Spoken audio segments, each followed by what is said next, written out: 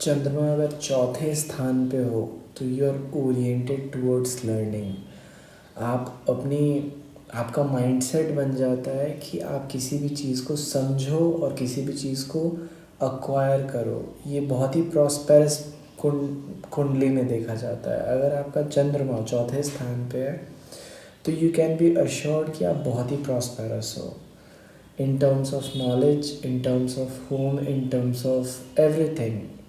आप अक्वायर भी बहुत ज़्यादा करोगे अपनी लाइफ में। सो चौथे स्थान का चंद्रमा पहली चीज़ तो ये दर्शाता है कि you are oriented towards learning. पहली चीज़ जो आप करते हो अपनी ज़िंदगी में, आप सीखते हो। आपकी बुद्धि उस तरीके की बनाई गई है कि आप चीज़ों को सीखने में विश्वास रखते हो। जब चौथे स्थान का चंद्रमा अपने से दूसरा चाल पांचवें स्थान पे चलेगा तो आप सीखोगे किसी भी चीज़ को इनिशिएट करने के बारे में, किसी भी चीज़ को परफॉर्म करने के बारे में आप सीखोगे। चंद्रमा अगर चंद्रमा अपने से छठे स्थान पे चलेगा तो तीसरा चाल छठे स्थान पे जब चलता है तो आप सीखोगे कि कंट्रोल कैसे करते हैं। सीखोगे इसलिए क्योंकि चौथे स्थान पे है, कंट्रोल इसलिए क्योंकि तीसरा चाल चल रहा है। किस जगह पे चल रहा है तो छठे स्थान पे। आपके वर्क, हेल्थ, आपके प्रोफेशन के प्लेस पे चल रहा है तो आप सीखोगे कि आप अपने प्रोफेशन को कैसे कंट्रोल कर सकते हो। जब भी चंद्रमा अपने से तीसरा चाल छठे स्थान पे चलेगा, जब भी अपने से चौथा चाल सातवें स्थान पे चलेगा तो आप लोगों को समझोगे। इस तरीके से समझोगे कि किसको आपको अपने पास रखना है, किसको छोड़ना है। तो आप सोचोगे कि लोगों ने क्या कहा, किस तरीके से आपके रिलेशंस वर्क करते हैं, इस बारे में आप काफ़ी सोचोगे अच्छे से। जब अपने से पांचवा चाल चलेगा चौथे स्थान का चंद्रमा तो वो हमेशा आठवें स्थान पे चलेगा। तो चौथे स्थान का चंद्रमा जब आठवें स्थान पे चलेगा तो एट्थ प्लेस को, आठवें स्थान को दूसरों के रिसोर्सेज का स्थान कहा गया है। दूसरों का बैंक अकाउंट कहा गया है। दूसरों के पास कितना टाइम है ये कहा गया है। दूसरे की सिचुएशन को भी देखा जाता है आठवें स्थान से और आपकी मेमोरी को देखा जाता है। तो जब पांचवें चाल से आठवां स्थान चलेगा तो आप मेमोराइज़ बहुत अच्छे से कर सकते हो। इन्जॉय करोगे आप चीज़ों को मेमोराइज़ करना। क्यों इन्जॉय करोगे? क्योंकि अपने से पांचवा चाल चल रहा है। कहाँ पे? तो आठवें स्थान पे। आठवां स्थान मेमोराइजेशन का स्थान होता है और बॉटम लाइन क्या है? लर्निंग। तो यू कैन मेमोराइज एनीथिंग। आपकी मेमोरी पावर बहुत ही ज़बरदस्त है। You can be N academician हो सकते हो आप। लेकिन चंद्रमा के इफ़ेक्ट्स बहुत ही कम टाइम के होते हैं और लॉन्ग टर्म चलते हैं। तो आपकी ओरिएंटेशन का डिस्कशन चल रहा है कि आप ओरिएंटेड टूवर्ड्स, आपका माइंडसेट किस तरीके से ओरिएंटेड है। तो मून के ट्रांजिट से सिर्फ आप अपने माइंडसेट को फर्स्ट ऑफ ऑल देखते हो और सेकेंड ऑफ ऑल आप चौथे प्लेस के रिलेशंस को देखते हो कि फोर्थ प्लेस रिलेट किन किन चीज़ों से करता है। चंद्रमा जब अपने से छठा चाल नौवें स्थान पे चलता है तो रेगुलर डिस्चार्ज का मतलब है कि क्या लिखना है, ब्रिलियंट आंसर्स, ब्रिलियंटली किसी भी चीज़ को आप लिखोगे, बोलोगे, डिस्कस करोगे और हर वो चीज़ जो आप लिखोगे, बोलोगे उसमें सुंदरता होगी। क्यों? क्योंकि चंद्रमा सुंदरता का भी कारक होता है। रिफ्लेक्ट करता है सनलाइट को डायरेक्ट रिफ्लेक्ट करता है।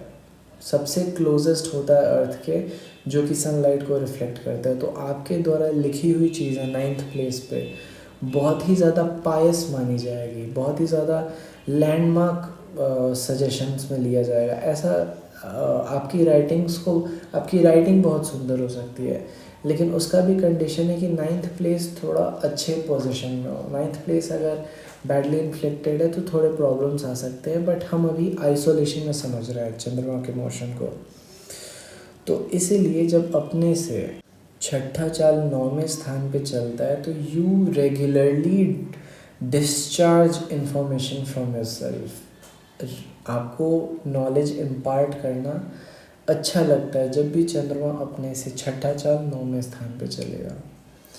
ये ओरिएंटेशन है, आपको एज एन वर्क नहीं समझना है, आपको ये समझना है कि आप ओरिएंटेड कैसे हैं. You like to educate people, you like to tell them about what you have gathered so far.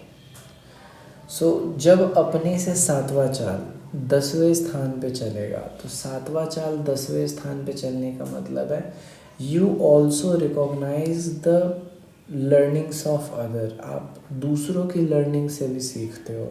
You are learning, but कैसे? तो व्हाट अदर्स हैव लर्न. तो लोगों ने क्या सीखा है, आप उनसे सीखते हो.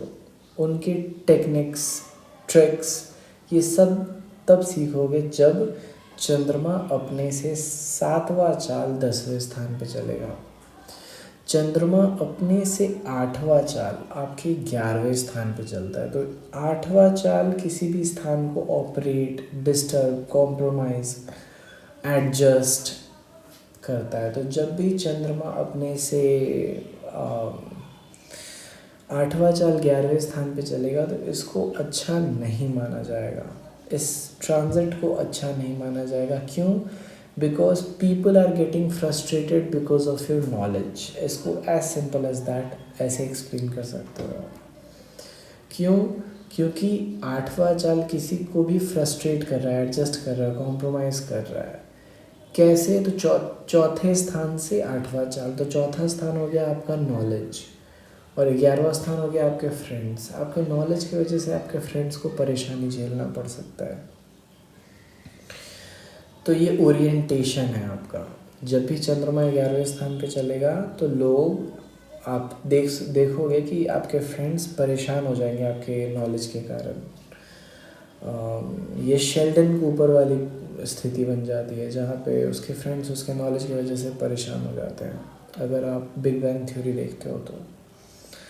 सो चंद्रमा अपने से नौवां चाल 12वें स्थान पे चलता है. तो नौवां चाल जब 12वें स्थान पे चलता है, नौवां चाल रिलीज़ करने का होता है, 12वां स्थान रिमूव करने का, और चौथा स्थान पढ़ाई लिखाई का. जब भी चंद्रमा 12वें स्थान को ट्रांजिट करेगा, तो महीने के 2.5 दिन तो ऐसे बीतेंगे जहाँ पे आप डिप्रेस्ड रहोगे.